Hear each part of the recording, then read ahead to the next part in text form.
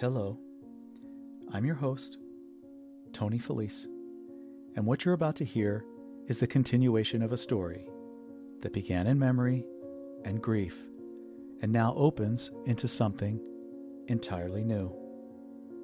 In Season 1, we follow Tom Sanders, a writer suspended in sorrow, struggling to finish a book after the death of his mother. Through the hush of loss and unexpected guidance of a wise, mysterious cricket, something began to unfold. A story within a story. A Christmas tale, unlike any other. Now, in Season 2, we cross the threshold with Tom. We enter Santaland itself. This is a fairy tale for grown-ups. A journey through snow and stillness, through magic and meaning, through the sacred language of the words we speak and the love we feel. So follow the cricket. Let your heart be still and listen, because Santaland isn't just a story, it's a frequency, and love is the thread. And I am so glad that you're here. Welcome to Santaland. Hello, and welcome back to the Santaland podcast. I'm really glad that you're here, especially since I've been away for a while. We'll get to that. But first, today's episode is about ghosts, ghost stories, Christmas ghosts, ghosts of different kinds. The other evening, Tim and I watched a film about the story behind Charles Dickens' A Christmas Carol, and I couldn't help noticing the similarities between Dickens and my own journey with Santaland. It was the close of the Georgian period and the beginning of the Victorian period, and it was a tough time to be somebody who was of low class, of lower classes. There were no safety nets. Back then, there were no social programs. If you were poor, you were going to most likely die poor, and probably poorer than you started for most people, which is awful. And really, ultimately, that is the subject of the purpose, or the subject of the purpose. Come on, Tony. Really, ideally, at its core, A Christmas Carol is about redemption, but it's also a admonishment of the society at the time.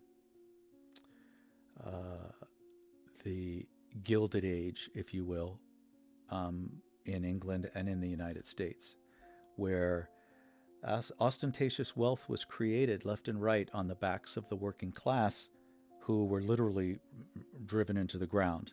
And if they were to acquire any debt, they would go to prison or work camps. Can you imagine? We have a difficult time now paying medical debt, some of us. And can you imagine being thrown in prison for not being able to pay your debt on time? Boy, it sounds a little familiar to some of the things we're seeing right now, and I hope you can understand where I'm coming from as a plane flies over. Today's Christmas, the day before Christmas Eve, and it's been about 20 years since I've since I've read anything by Charles Dickens, and I was also struck by how similar that we write. I'm not trying to compare myself to the great Charles Dickens, of course, but the way he presents a paragraph with a beginning idea, three adjacent ideas, and then a conclusion reminds me very much of the way that I write. He also doesn't write in complete sentences. Well, he writes in complete sentences, but he avoids the Oxford comma, like I do a lot of the time, because we don't think in long sentences, right? We think in short bursts and in outbursts of emotion or words or prose.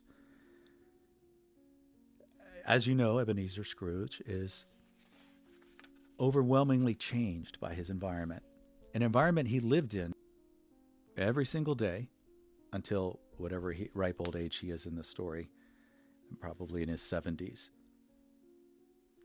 So what changed for him? All of this was right before his very eyes. But what was the thing that compelled him to change? And it was those ghosts who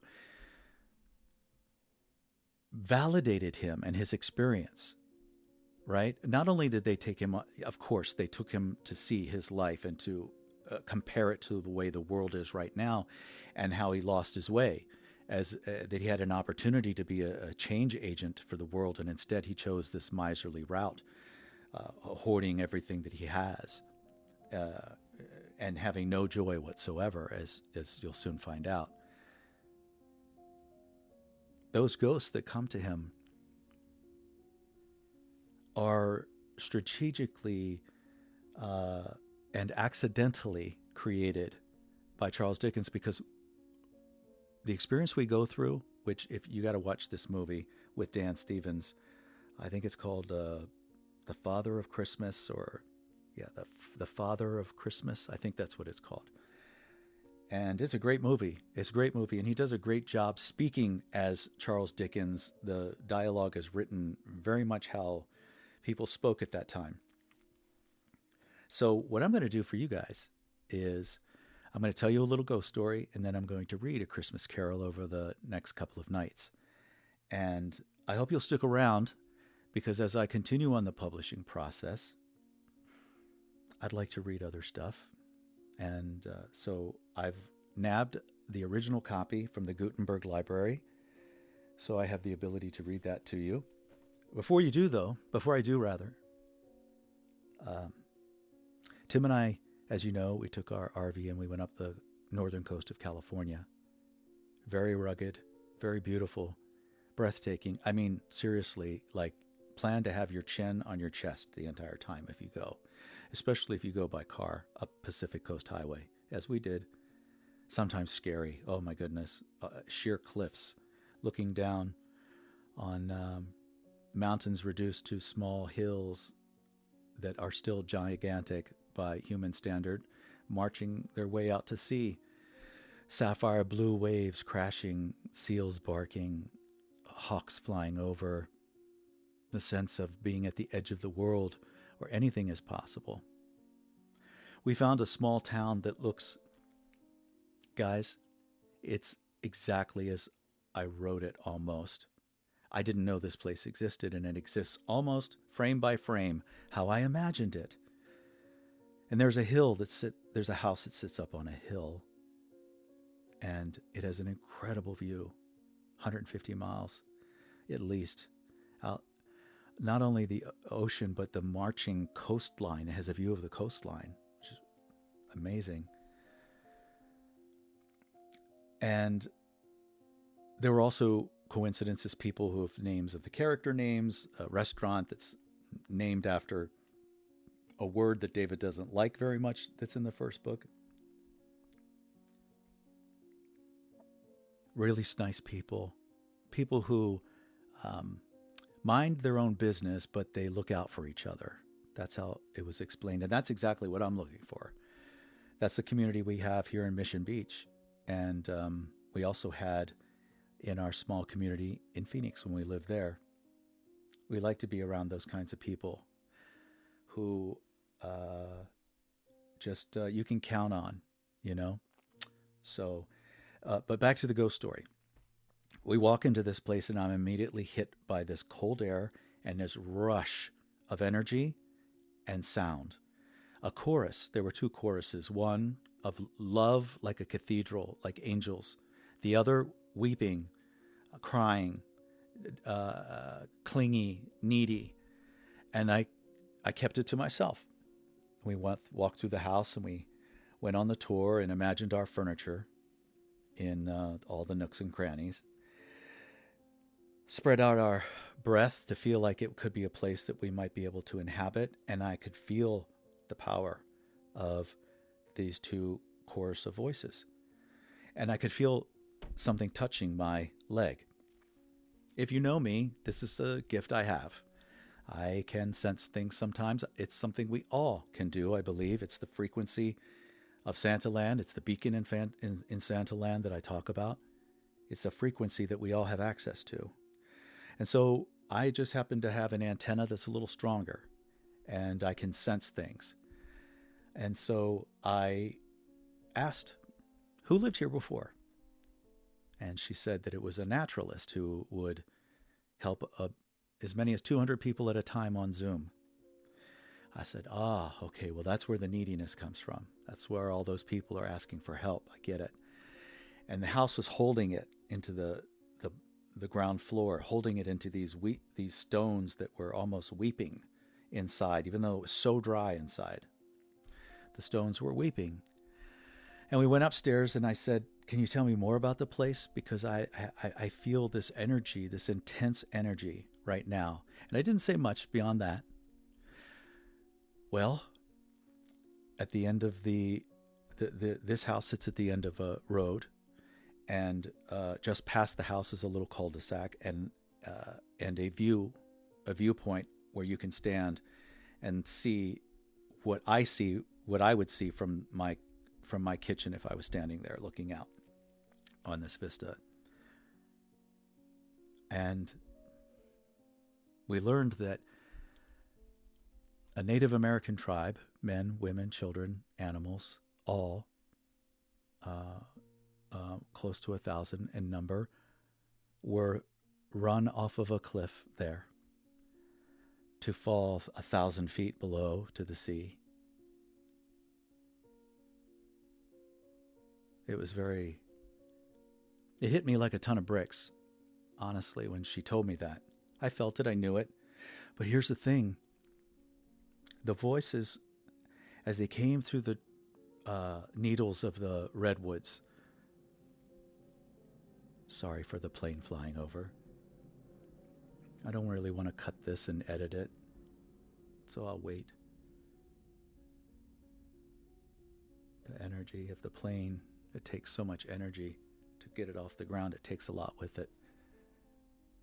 So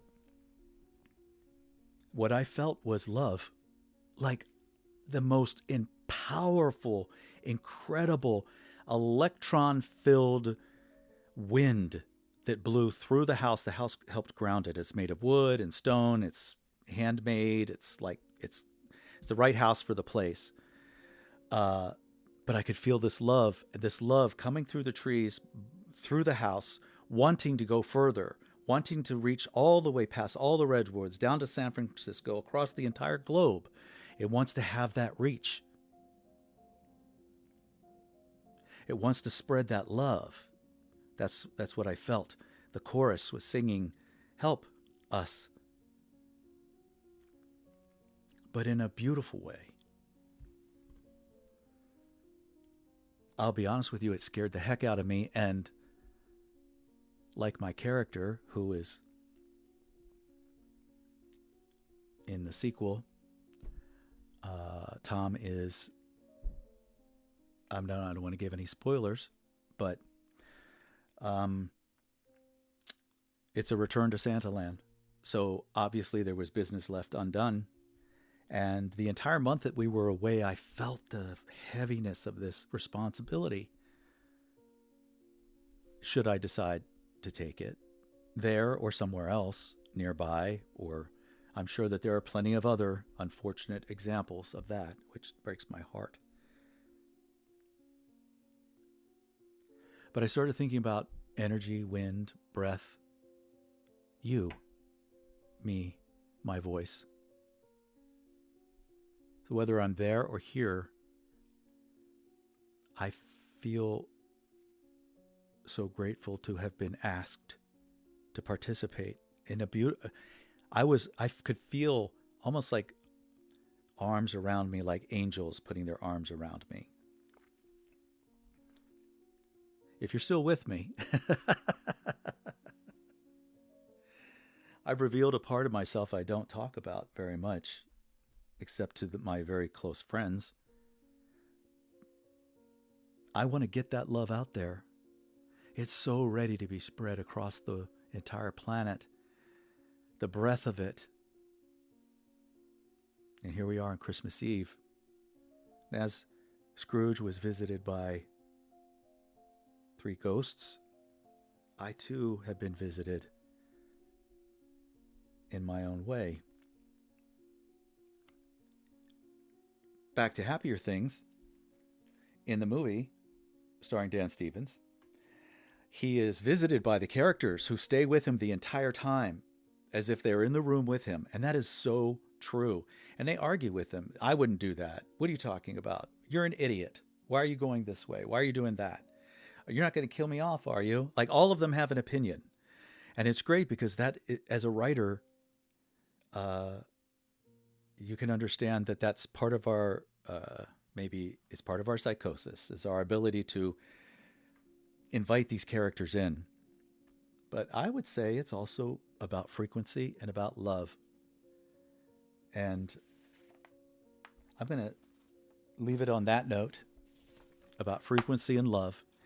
And we are going to now, over the next couple nights, I'll keep the commentary to a minimum, and I'm going to read A Christmas Carol, the original, by Charles Dickens.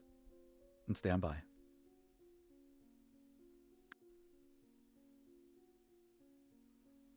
A Christmas Carol by Charles Dickens.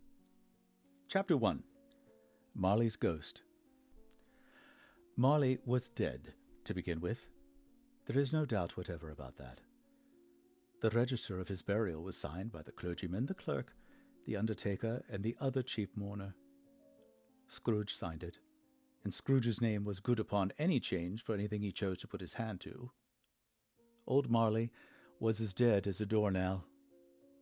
Mind, I don't mean to say I know of my own knowledge what there is particularly dead about a doornail. I might have been inclined myself to regard a coffin nail as the deadest piece of ironmongery in the trade. But the wisdom of our ancestors is in the simile, and my unhallowed hands shall not disturb it, or the country's done for. You will therefore permit me to repeat emphatically that Marley was as dead as a doornail. Scrooge knew he was dead? Of course he did. How could it not be otherwise? Scrooge and he were partners for I don't know how many years. Scrooge was his sole executor, his sole administrator, his sole assign, his sole residual legatee, his sole friend, and sole mourner. And even Scrooge was not so dreadfully cut up by the sad event, but that he was an excellent man of business on the very day of the funeral, and solemnized it with an undoubted bargain. The mention of Marley's funeral brings me back to the point I started from. There is no doubt that Marley was dead. This must be distinctly understood, or nothing wonderful can come of the story I'm about to relate. If we were not perfectly convinced that Hamlet's father died before the play began, there would be nothing more remarkable in his taking a stroll at night in an easterly wind upon his own ramparts than there would be in any other middle-aged gentleman, rashly turning out after dark in a breezy spot, say St. Paul's churchyard, for instance, literally to astonish his son's weak mind. Scrooge never painted out old Marley's name. There it stood, years afterwards, above the warehouse door. Scrooge and Marley. The firm was known as Scrooge and Marley. Sometimes people new to the business called Scrooge, and sometimes Marley, but he answered to both names. It was all the same to him. Oh, but he was a tight-fisted hand at the grindstone, Scrooge. A squeezing, wrenching, grasping, scraping, clutching, covetous old sinner. Hard and sharp as flint, from which no steel had ever struck out generous fire. Secret and self-contained, and solitary as an oyster.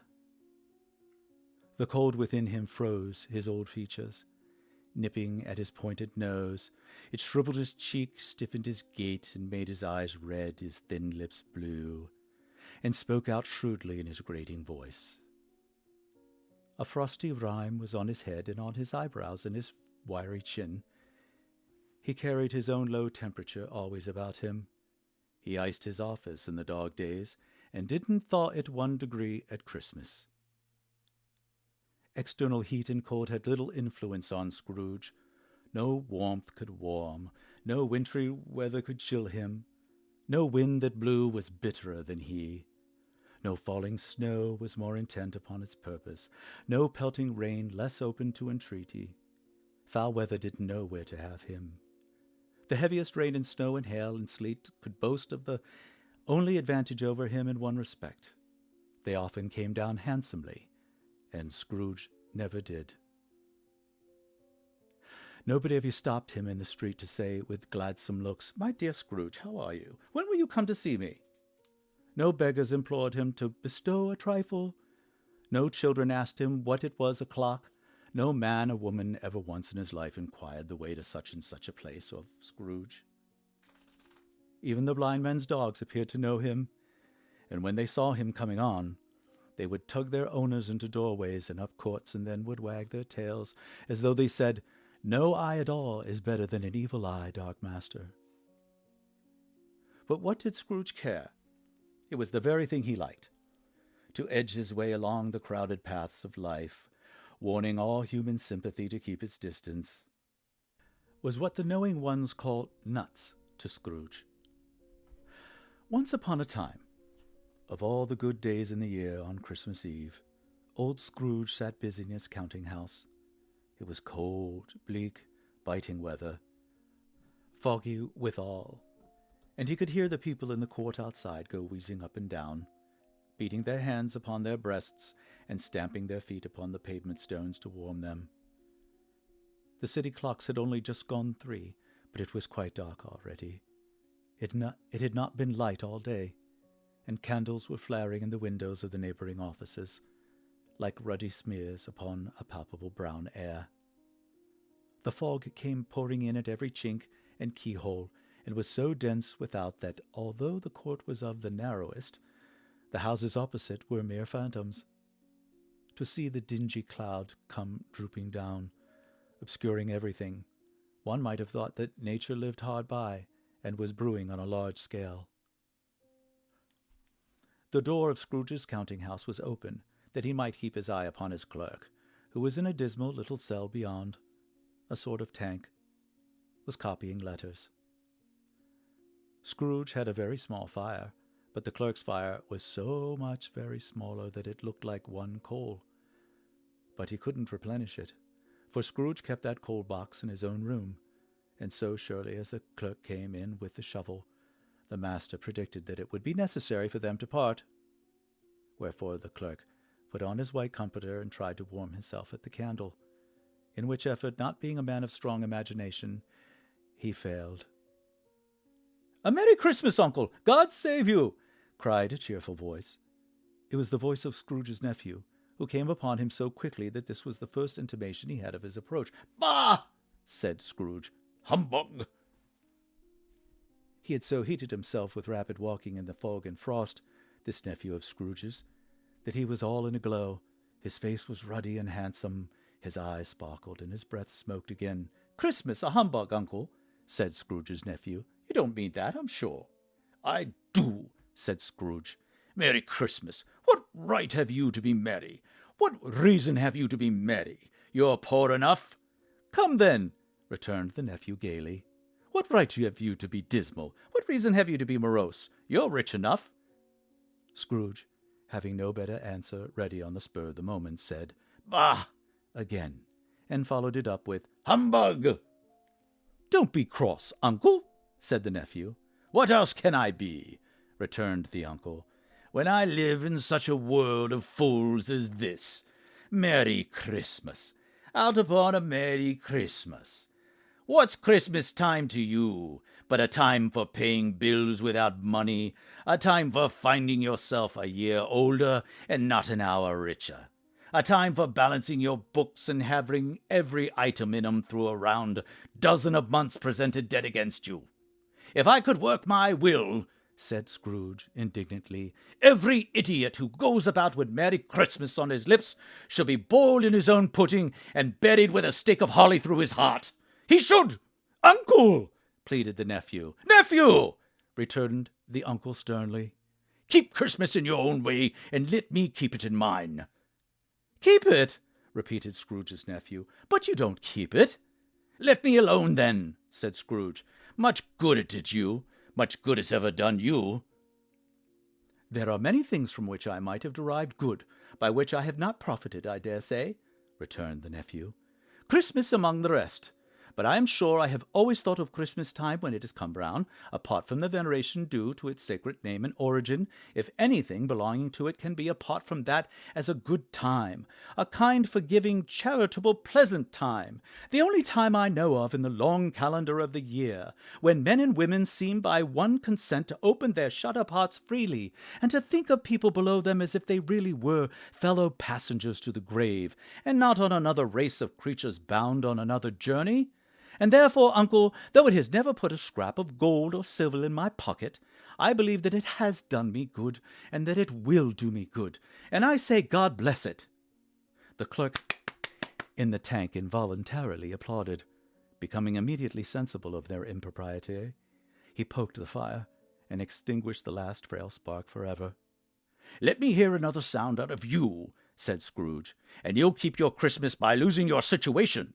You're quite a powerful speaker, sir," he added, turning to his nephew. "I wonder you don't go into Parliament." "Don't be angry, uncle. Come, dine with us tomorrow." Scrooge said that he would see him. Yes, indeed he did. He went the whole length of the expression, and said that he would see him in that extremity first. "But why?" cried Scrooge's nephew. "Why?" "Why did you get married?" said Scrooge. "Because I fell in love."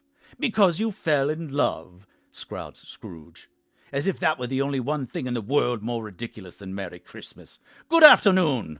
"Nay, uncle, but you never came to see me before that happened. Why give it as a reason for not coming now?" "Good afternoon," said Scrooge. "I want nothing from you. I ask nothing of you. Why cannot we be friends?" "Good afternoon," said Scrooge. "I'm sorry, with all my heart, to find you so resolute. We have never had any quarrel to which I have been a party. But I have made the trial in homage to Christmas, and I'll keep my Christmas humor to the last. So, Merry Christmas, uncle." "Good afternoon," said Scrooge. "And a Happy New Year." "Good afternoon," said Scrooge. His nephew left the room without an angry word, notwithstanding. He stopped at the outer door to bestow the greetings of the season on the clerk, who, cold as he was warmer than Scrooge, for he returned them cordially. "There's another fellow," muttered Scrooge, who overheard him.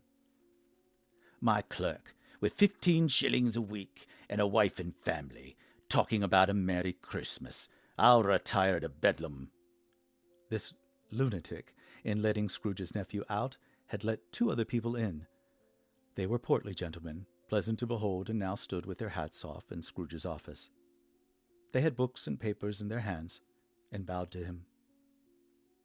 "Scrooge and Marley's, I believe," said one of the gentlemen, referring to his list. "Have I the pleasure of addressing Mr. Scrooge or Mr. Marley?" "Mr. Marley's been dead these 7 years," Scrooge replied. "He died 7 years ago this very night." "We have no doubt his liberality is well represented by his surviving partner," said the gentleman, presenting his credentials. It certainly was, for they had been 2 kindred spirits, and the ominous word liberality. Scrooge frowned and shook his head and handed the credentials back. "At this festive season of the year, Mr. Scrooge," said the gentleman, taking up a pen, "it is more than usually desirable that we should make some slight provision for the poor and destitute, who suffer greatly at this present time. Many thousands are in want of common necessities. Hundreds of thousands are in want of common comfort, sir." "Are there no prisons?" asked Scrooge. Plenty of prisons," said the gentleman, laying down the pen again. "And the Union workhouses?" demanded Scrooge. "Are they still in operation?" "They are, still," returned the gentleman. "I wish I could say that they were not." "The treadmill and the poor law are in full vigor, then?" said Scrooge. "Both very busy, sir." "Oh, I was afraid from what you said at first that something had occurred to stop them in their useful course," said Scrooge. "I'm very glad to hear of it." "Under the impression that they scarcely furnish Christian cheer of mind or body to the multitude," returned the gentleman, "a few of us are endeavoring to raise a fund to buy the poor some meat and drink and means of warmth. We chose this time because it is a time of all others when want is keenly felt, and abundance rejoices. What shall I put you down for?" "Nothing," Scrooge replied. "You wish to be anonymous?" "I wish to be left alone," said Scrooge. "Since you ask me what I wish, gentlemen, that is my answer. I don't make merry myself at Christmas, and I can't afford to make idle people merry. I help to support the establishments I have mentioned. They cost enough, and those who are badly off must go there. Many can't go there, and many would rather die." "If they would rather die," said Scrooge, "then they had better do it, and decrease the surplus population. Besides, excuse me, I don't know that." "But you might know it," observed the gentleman. "It is not my business," Scrooge returned. "It's enough for a man to understand his own business, and to not interfere with other people's. Mine occupies me constantly. Good afternoon, gentlemen." Seeing clearly that it would be useless to pursue their point, the gentleman withdrew. Scrooge resumed his labors, and with an improved opinion of himself and in a more facetious temper than was usual with him. Meanwhile, the fog and darkness thickened so that people ran about with flaring links, proffering their services to go before horses and carriages, and conduct themselves on their way. The ancient tower of a church, whose gruff old bell was always peering slyly down at Scrooge, out of a Gothic window in the wall, became invisible, and struck the hours and quarters in the clouds, with tremulous vibrations afterwards, as if its teeth were chattering in its frozen head up there. The cold became intense. In the main street at the corner of the court, some laborers were repairing the gas pipes, and had lighted a great fire in a brazier, round which a party of ragged men and boys were gathered, warming their hands and winking their eyes before blaze and rapture. The water-plug being left in solitude, its overflowing suddenly congealed and turning into misanthropic ice. The brightness of the shops, where holly sprigs and berries crackled in the lamp heat of the windows, made pale faces ruddy as they passed. Poulterers' and grocers' trades became a splendid joke, a glorious pageant, with which it was next to impossible to believe that such dull principles as bargain and sale had anything to do. The Lord Mayor, in the stronghold of the mighty mansion house, gave orders to his 50 cooks and builders to keep Christmas as a Lord's Mayor household should, and even the little tailor, whom he had fined 5 shillings on the previous Monday for being drunk and bloodthirsty in the streets, stirred up tomorrow's pudding in his garret, while his lean wife and the baby sallied out to buy the beef. Foggier yet, and colder, piercing, searching, biting cold. If the good St. Dunstan had but nipped the evil spirit's nose with a touch of such weather as that, instead of using his familiar weapons, then indeed he would have roared to lusty purpose. The owner of one scant young nose, gnawed and mumbled by the hungry cold as bones are gnawed by dogs, stooped down at Scrooge's keyhole to regale him with a Christmas carol.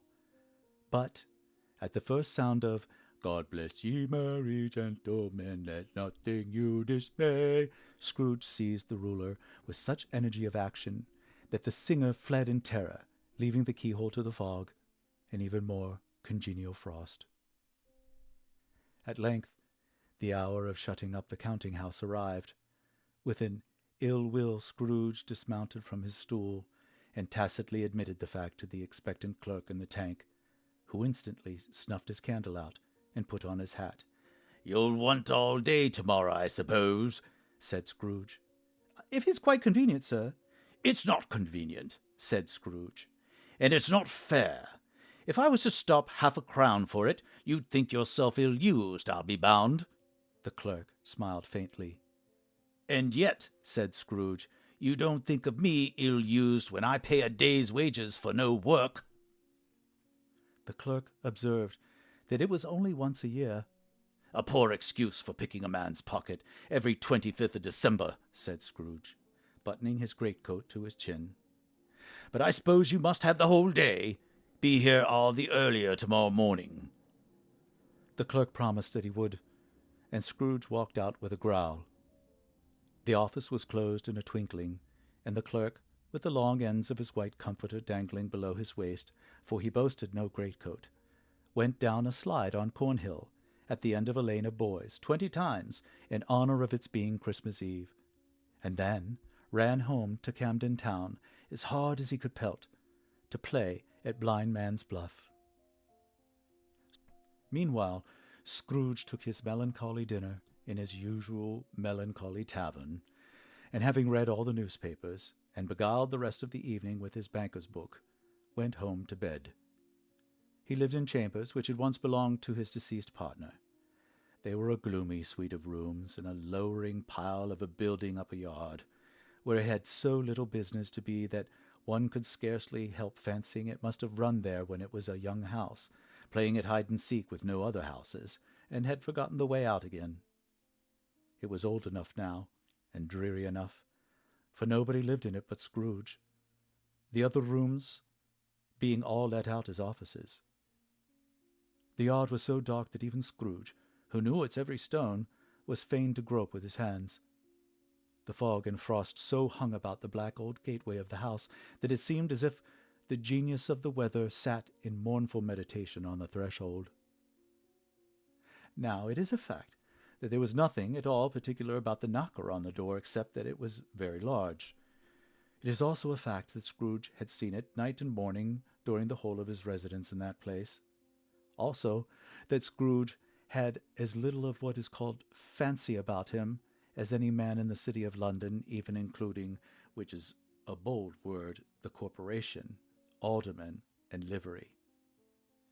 Let it also be borne in mind that Scrooge had not bestowed one thought on Marley since his last mention of his 7 years dead partner that afternoon. And then let any man explain to me, if he can, how it happened that Scrooge, having his key in the lock of the door, saw in the knocker, without its undergoing any intermediate process of change, became not a knocker, but Marley's face. Marley's face.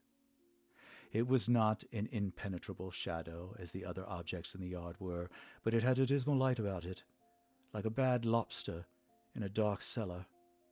It was not angry or ferocious, but looked at Scrooge as Marley used to look, with ghostly spectacles turned up on his ghostly forehead. The hair was curiously stirred as if by breath or hot air, and though the eyes were wide open, they were perfectly motionless. That, and its livid color, made it horrible. But its horror seemed to be in spite of the face and beyond its control, rather than a part of its own expression. As Scrooge looked fixedly at this phenomenon, it became a knocker again. To say that he was not startled, or that his blood was not conscious of a terrible sensation to which it had been a stranger from infancy, would be untrue. But he put his hand upon the key he had relinquished, turned it sturdily, walked in, and lighted his candle. He did pause, with a moment's irresolution, before he shut the door, and then he did look cautiously behind it first, as if half expecting to be terrified with the sight of Marley's pigtail sticking out into the hall.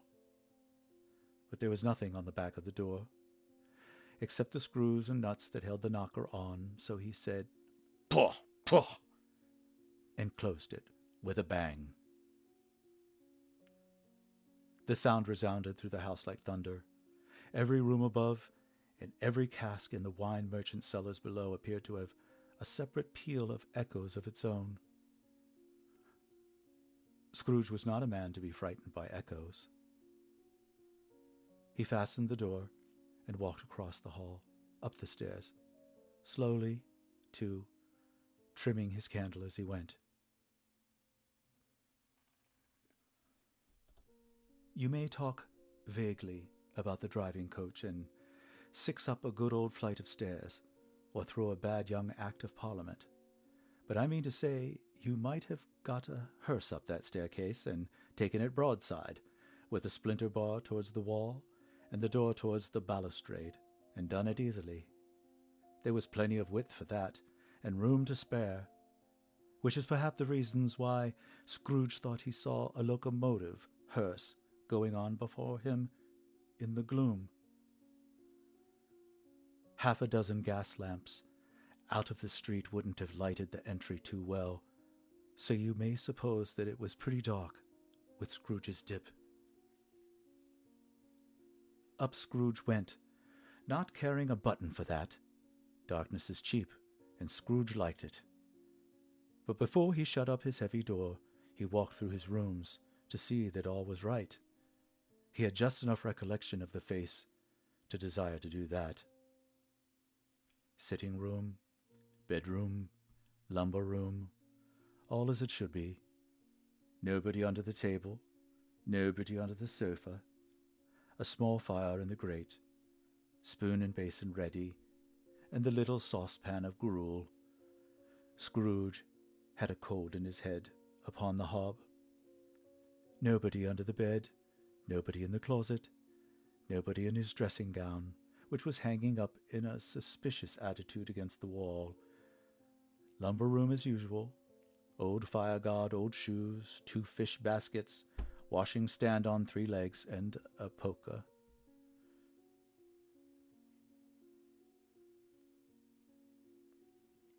Okay.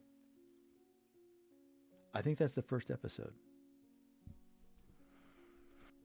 Okay. So we will pick up, I think there's 134 pages, so I got to do about 30 pages a night, which is about 30 pages. So, hey, stay tuned tomorrow for the continuing saga of A Christmas Carol by Charles Dickens. Thanks so much for being here. I really appreciate it, you guys. I really do. I'm so happy to have you on this journey with me. So shoot me an email. Tell me that you like the show or give me suggestions to change, whatever. But I sure would love to hear from you. info@santalandpodcast.com. You can listen to me on all your favorite podcast platforms, not just here on Apple or Spotify, but all kinds of places. And visit us at santalandpodcast.com, and you can find me on Instagram, Tony Felice, AZNSD. Little bit about me. So anyway, thanks so much for tuning in, and I can't wait for tomorrow night's episode. Take care.